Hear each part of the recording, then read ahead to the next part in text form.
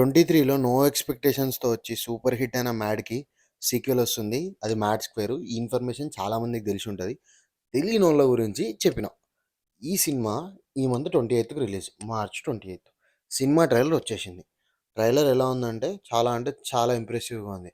Actually logics ఏమి ఎతకండి. Story గూడా ఏం పెద్దగా ఎక్స్‌పెక్ట్ చేయకండి. నవ్వుకోవడానికి వచ్చేయండి థియేటర్స్‌కని ప్రొడ్యూసర్ నాగవంశి గారు, డైరెక్టర్ కళ్యాణ్ శంకర్ గారు క్లియర్‌గా చెప్పారు. హీరోస్ గూడా ప్రమోషన్స్‌లో గూడా అదే చెప్తున్నారు. యాక్చువల్లీ ట్రైలర్ మాత్రం వాళ్ళు చెప్పిన ఆ విషయానికి 100% మ్యాచ్ అయింది. ఎందుకంటే పంచెస్ ఉన్నాయి కొన్ని కొన్ని. చాలా అంటే చాలా బాగున్నాయి. మనం మన ఫ్రెండ్స్‌తో గోవా ఎళ్ళినప్పుడు జరిగే కొన్ని విషయాలుంటాయా, అవి బాగా రిలేటబుల్‌గా అనిపిస్తాయేమో. ఈ మూవీకి మేజర్ కనెక్టింగ్ పాయింట్ అదేనేమో అని నాకనిపిచ్చింది. సునీల్ గారి క్యారెక్టర్ గూడా ఉంది. బాయ్.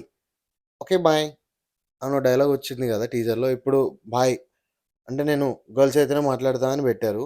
ఆ క్యారెక్టర్ సునీల్ గారు అని మన నాగవంశి గారు 'గ్రేటాంధ్రమూర్తి' గారితో జరిగిన ఇంటర్వ్యూలో చెప్పారు. ఆయన క్యారెక్టర్ చాలా బావుంటది.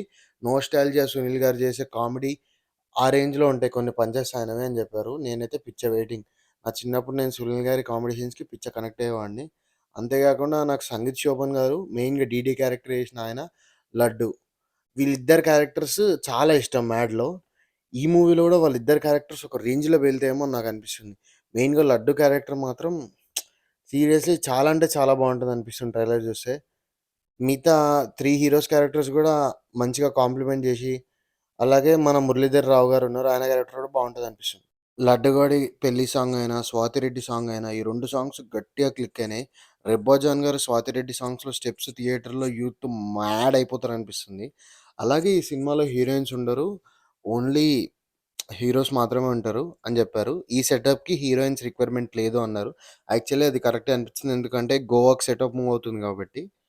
ఓవరాల్‌గా అయితే నాకు ఈ మూవీ పైన ఎక్స్‌పెక్టేషన్స్ చాలా ఉన్నాయి. చాలా కొత్త క్యారెక్టర్స్ గూడా 'మ్యాడ్‌లో' లేనివి ఈ మూవీలో ఉన్నట్టు అనిపిస్తున్నాయి.